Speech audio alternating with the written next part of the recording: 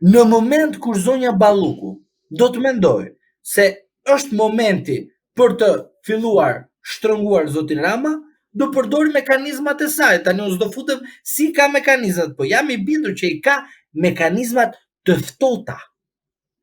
E që do të ftot akull. E ke pa Everestin? Everesti ka akull ndonjëherë sepse është ftoft. Edhe po u zhveshe lakuriq. Po çfarë mekanizëm është konkretisht?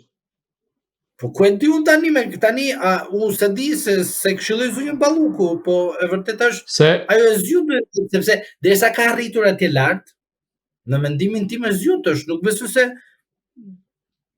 tani ç'të them unë tani? Mekanizmi se Berisha Po. Berisha para pak ditësh tha që ajo i ka vendosur në përgjim njerëzit e Ramës dhe ua ka bërë qartë që do t'i tërheqë edhe ata me vete nëse rrezikohet nga spaku.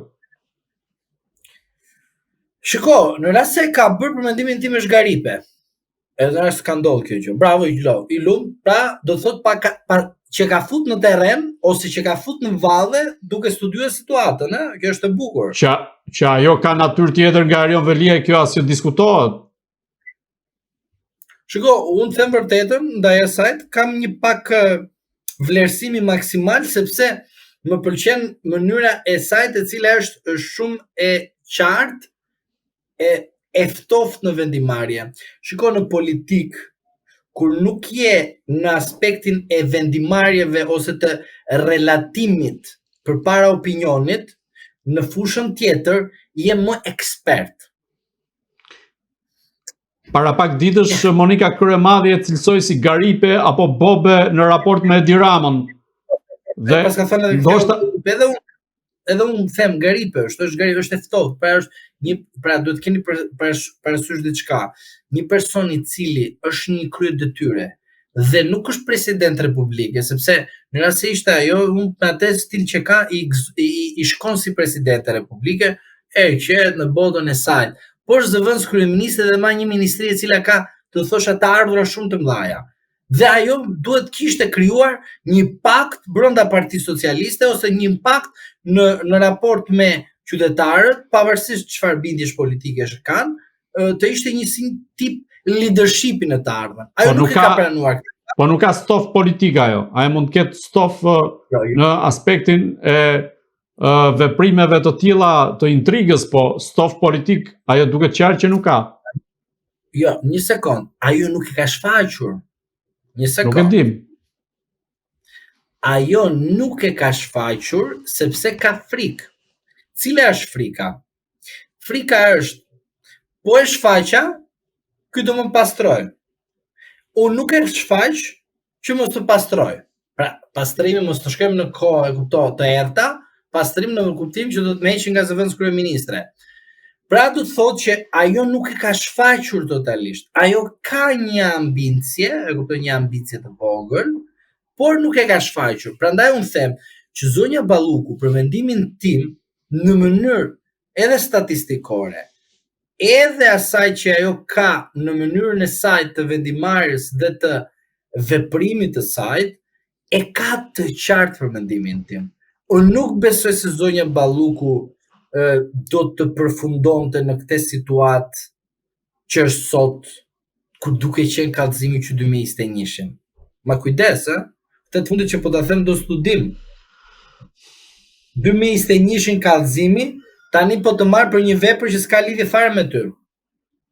Dhe nuk po të marr për shpërdorim detyre, nuk po të marr ndikim, nuk po të marr për korrupsion, mund të marr pasi të ngret roli opozitës duke goditur vetëm Ballukun, sepse ty duhet ta dish këtë gjë që opozita gjithmonë qeverin godet, por duhet godasë edhe një tjetër njeri, pra Ballukun. Dhe unë mendoj që opozita në rast se do bëjë një gabim, mendoj që mund të favorizojë Ballukun në një moment të caktuar që të përfitojë edhe Rama. Me këtë në fund. Po kjo do ta shikosh, sot është data 17, deri me datën 31 dhjetor do të shikosh realitetin.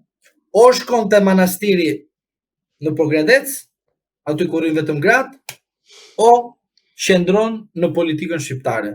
Por Rama, në rast se ajo qëndron në politikën shqiptare, Rama nuk do ta ketë kollaj situatën. as për vendimarrjen ndaj saj, dhe mos harro një fakt tjetër që bashkë kemi diskutuar, shkarkimin dorëheqje. Ke parë? S'ke parë. Dhe kemi studiuar dhe kemi analizuar qershor dhe pas rastit të zotit Veliaj, që kam thonë, po Veliaj ka 5B, kjo do ketë 3D. Çfarë ishte? 5D, kjo do ketë 3D. Dhe e pe që ndodhi, morën arshën e parë, morën arshën e dytë, dhe parë se t'ja mershin zonjës Balluku akuzën atë të pandehur, kemi dhe arshën e tretë. A erdhën të 3D-t?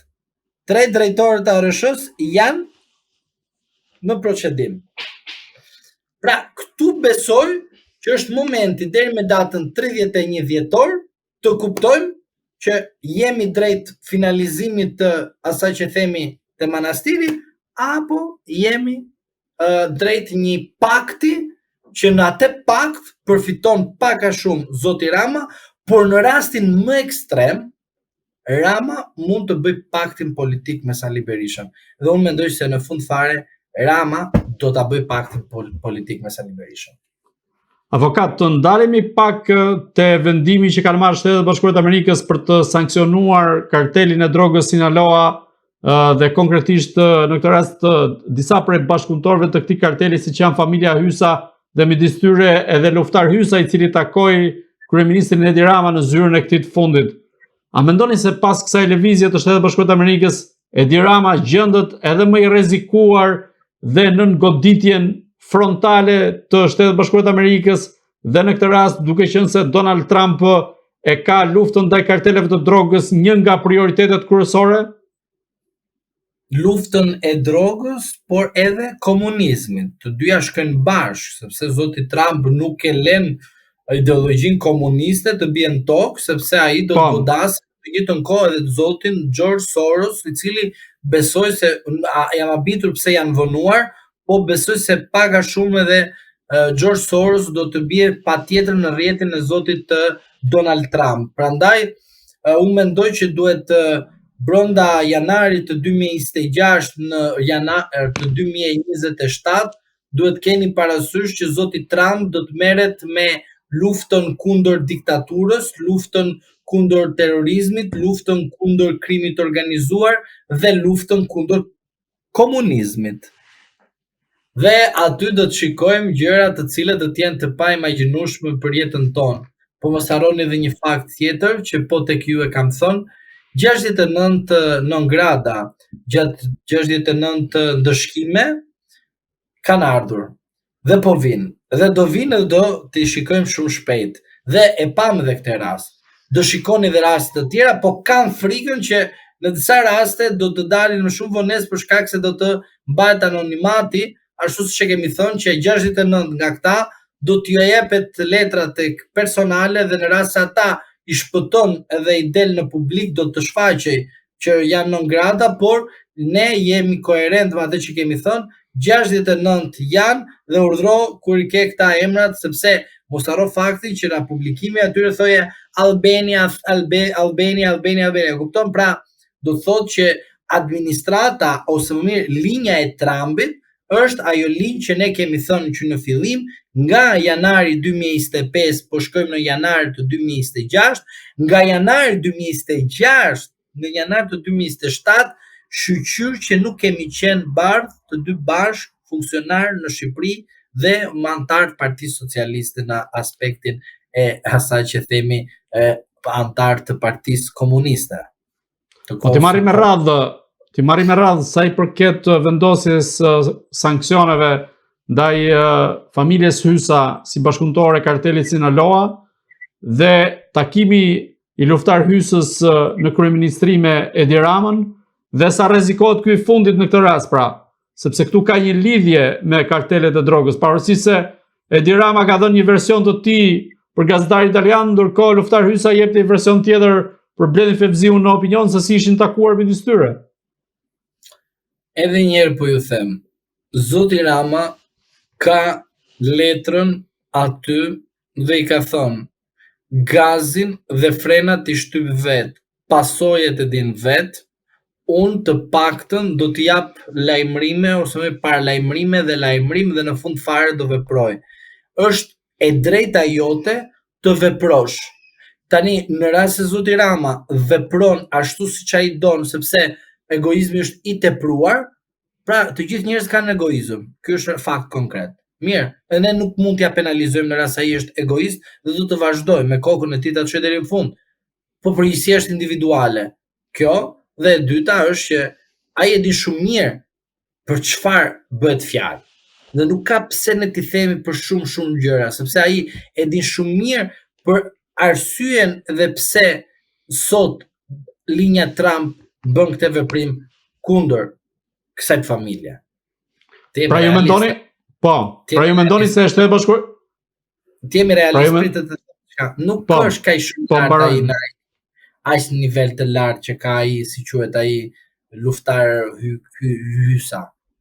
Nuk ka kaq shumë impakt, por është mesazh zotëri. Është mesazh i qartë. Unë edhe ti dhe ai qytetari thjesht po na ndjek thot, po lere tani çfarë mesazhe janë këto. Ora është mesazh për atë, për Ramën. Pra, Shtetet Bashkuara të Amerikës kanë dashur t'i dërgojnë mesazh Edi Ramës duke sankcionuar pikërisht këtë person. Nuk e llogarit Shtetet e Bashkuara të Amerikës së Ramën. Linja Trump ndaj Ramës. Dgjoj, linja Trump ka një zakon. Të ndjek, po nuk reagon. Rama ka bërë gabim, ka folur kundër Trumpit në kohën kur ai ka qenë në kandidat për president. Fitoi. Dikush do më thot pse nuk reagoi Trumpi atëherë. Trumpi bëri një gabim që mor vetëm me politikën e brendshme amerikane dhe shumë pak me politikën e jashtme amerikane. Trumpi duke parë gabimin atëshme, tha që unë do futem përsëri, do merrem nga jashtë dhe pastaj do filloj me brenda. Dhe ju e pat shumë mirë, sa po erdhi Trump, filloi politikën e jashtme në pikat e ngrota që kishin zjarr, bëri atë punën e tij duke I fik ato zjarret dhe tani avash po shkon të marri atë që ne themi hakun apo më mirë hakmarrjen e tij ndaj atyre të cilët ai ka dëgjuar që e kanë nënvlerësuar. Prandaj ju duhet të dini që linja Trump bën këtë veprim. Dhe prandaj Trumpi thotë që linja ime duhet të vazhdoj me pasardhësin tim. Prandaj po bën gati zëvendës presidentit. Prandaj ju duhet të keni parasysh diçka. Familja shqiptare që u godit në këtë sankcion nuk ka ndonjë leverti të madhe për Shtetet Bashkuara të Amerikës.